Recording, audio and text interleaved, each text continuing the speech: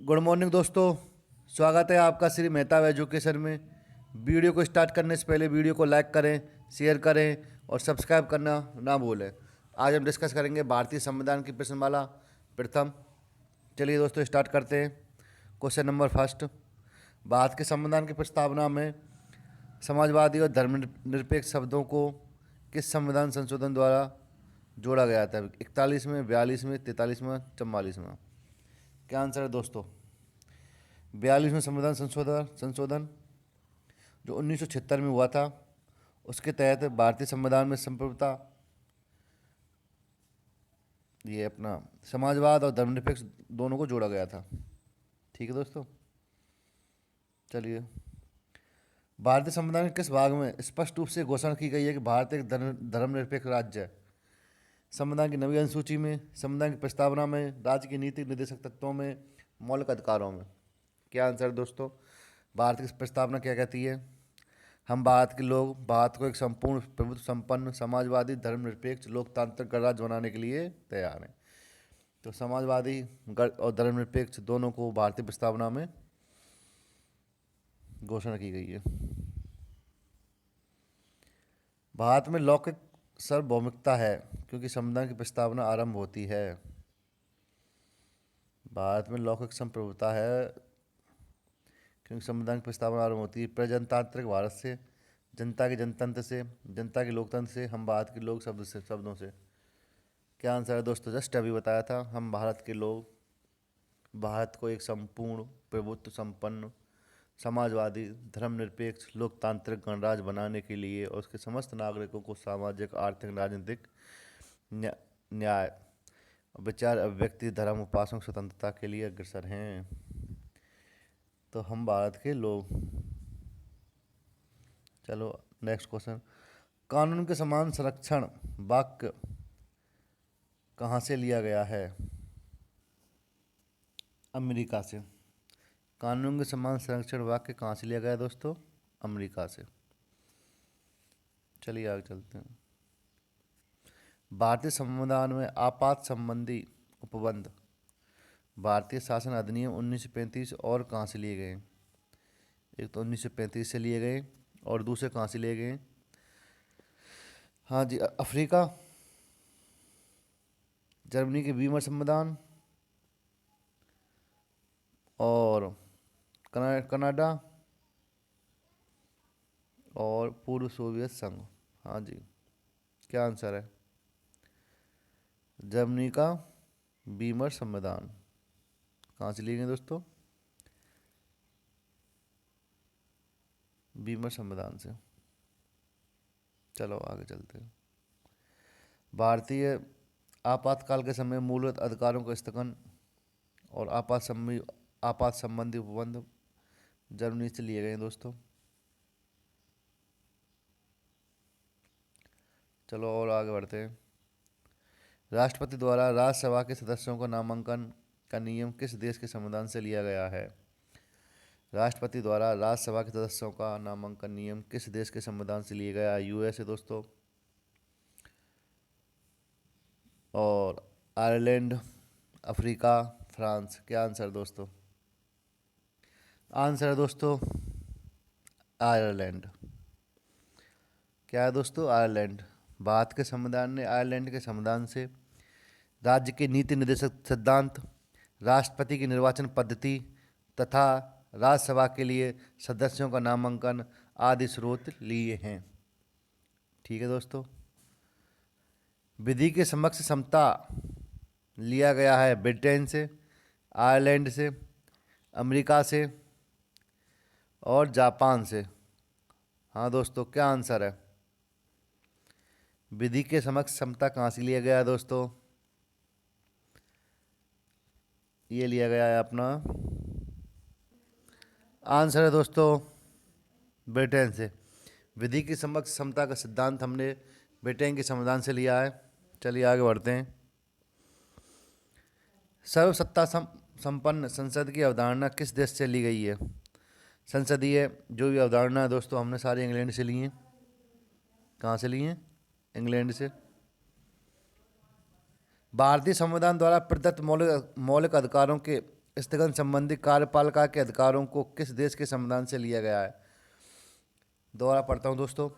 भारतीय संविधान द्वारा प्रदत्त मौलिक अधिकारों के स्थगन संबंधी कार्यपालिका के अधिकारों को किस देश के संविधान से लिया गया है?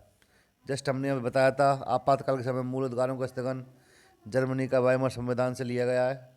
वाइमर, जर्मनी का संविधान, वाइमर संविधान, वहाँ से दोस्तों हमने ये लिए। चलो आगे बढ़ते हैं। भारत के संविधान की प्रस्तावना में प्रतिष्ठापित स्वतंत्रता, समानता और भाईचारे के आदर्शों की प्रेरणा कहाँ से ली गई है? फ्रांस की क्रांति से, रूस की क्रांति से, अमेरिका की क्रांति से, अमेरिका के घोषणा पत्र से इनको लिया गया। क्या आंसर है इसका?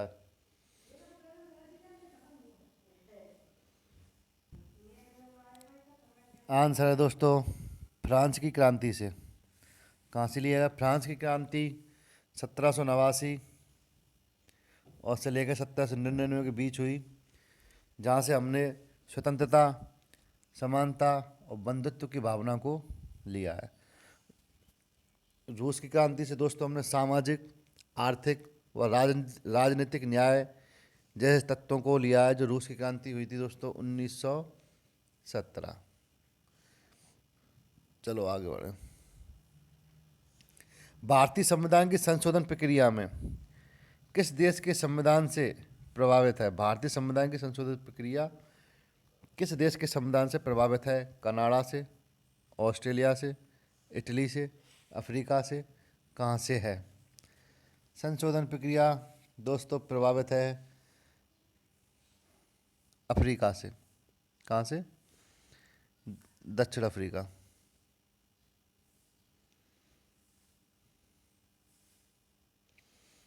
दक्षिण अफ्रीका से प्रभावित है दोस्तों।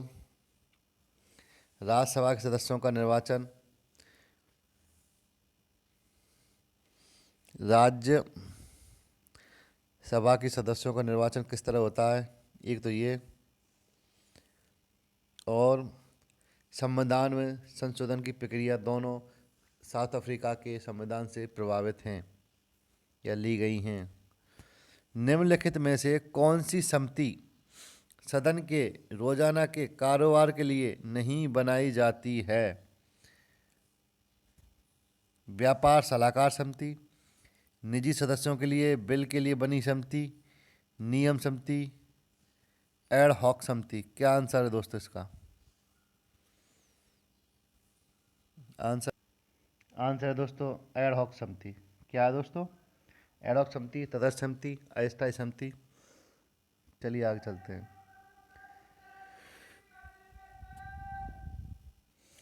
लोक लेखा समिति के बारे में कौन सा कथन सही नहीं है?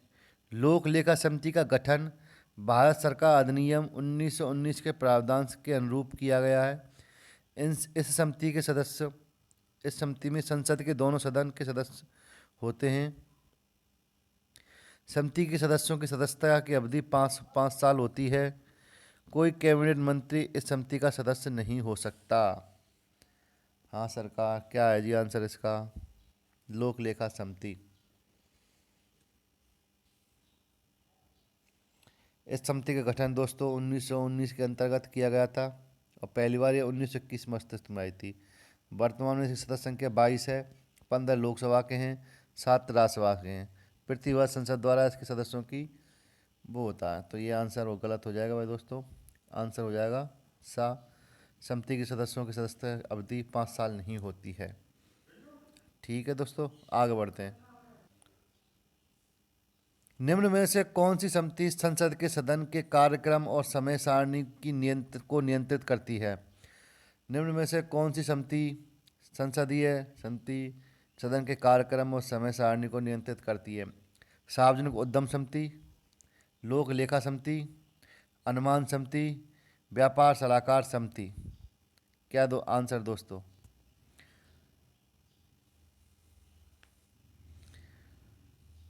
क्या आंसर है दोस्तों इसका?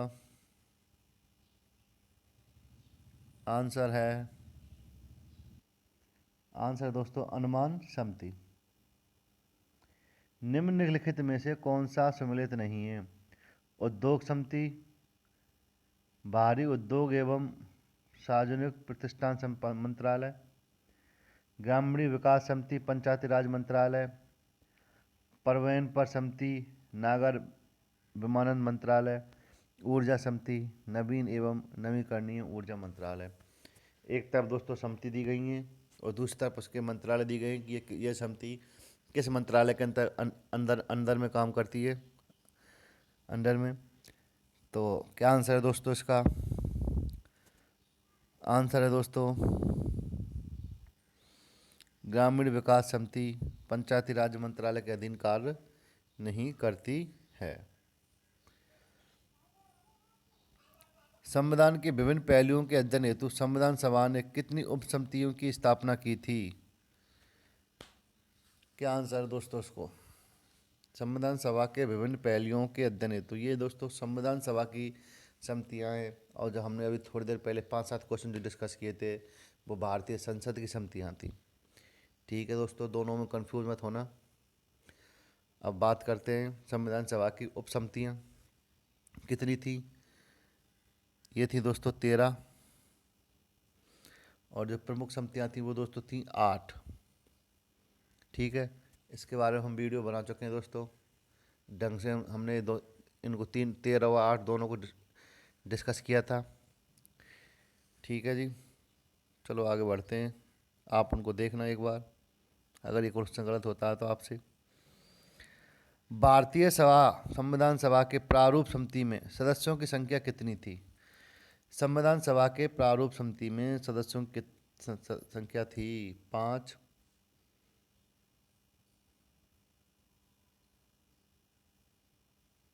6, 7, 8। क्या आंसर है दोस्तों? संविधान सभा के प्रारूप समिति में सदस्यों की संख्या कितनी थी दोस्तों? क्या आंसर है? संख्या थी दोस्तों 7। अध्यक्ष थे B.R. अम्बेडकर और अन्य सदस्य थे Gopal Swami Ayyangar, Krishna Swami Ayyar, doctor K.M. Munshi, Syed Mohammad Saadulla, N Madhav Rao और T.T. कृष्णमाचारी। एन माधव राव ने स्वास्थ्य कारणों से त्यागपत्र दे दिया था, तो उनकी जगह B.L. मित्र को शामिल किया गया था। किसने दिया था दोस्तों त्यागपत्र? स्वास्थ्य कारणों से माधव राव ने, याद रखना। और उसकी जगह किसको शामिल किया गया था? B.L. मित्र को। T.T. कृष्णमाचारी जिनकी मृत्यु हो गई थी,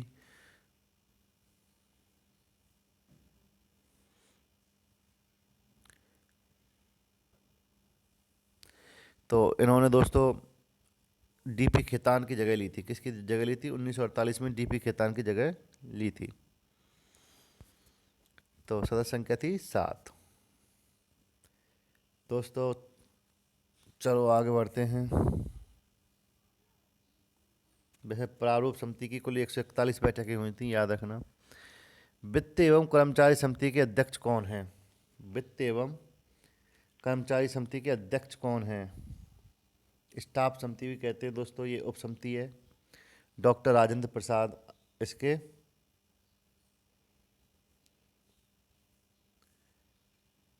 अध्यक्ष थे। मुख्य आयुक्तों के प्रांतों के लिए समिति के अध्यक्ष कौन थे? ये भी दोस्तों संविधान सभा की उप समितियाँ थी जो 13 थी। तो क्या आंसर है दोस्तों इसका? मावलंकार, K.M. मुंशी, पट्टाभी सीतारमैया, रंजन सरकार। हाँ जी, आंसर है दोस्तों पट्टाभी सीतारमैया। क्या है दोस्तों? पट्टाभी सीतारमैया। निम्न में से सम्मिलित नहीं है। प्रेस दीर्घा समिति उषानाथ सेन, भाषाई प्रांतीय आयोग S.K. डार, संचालन समिति राजेंद्र प्रसाद, सदन समिति K.M. मुंशी। क्या आंसर है दोस्तों इसका? आंसर है दोस्तों K.M. मुंशी सदन समिति के अध्यक्ष नहीं थे। सदन समिति के अध्यक्ष पट्टाभी सीतारमैया, पट्टाभी सीतारमैया सदन समिति के अध्यक्ष थे। K.M. मुंशी थे कार्य संचालन समिति के अध्यक्ष। किसके? कार्य संचालन समिति के अध्यक्ष थे KM मुंशी। ये उप समिति थी दोस्तों। ठीक है दोस्तों, चलिए आगे बढ़ते हैं।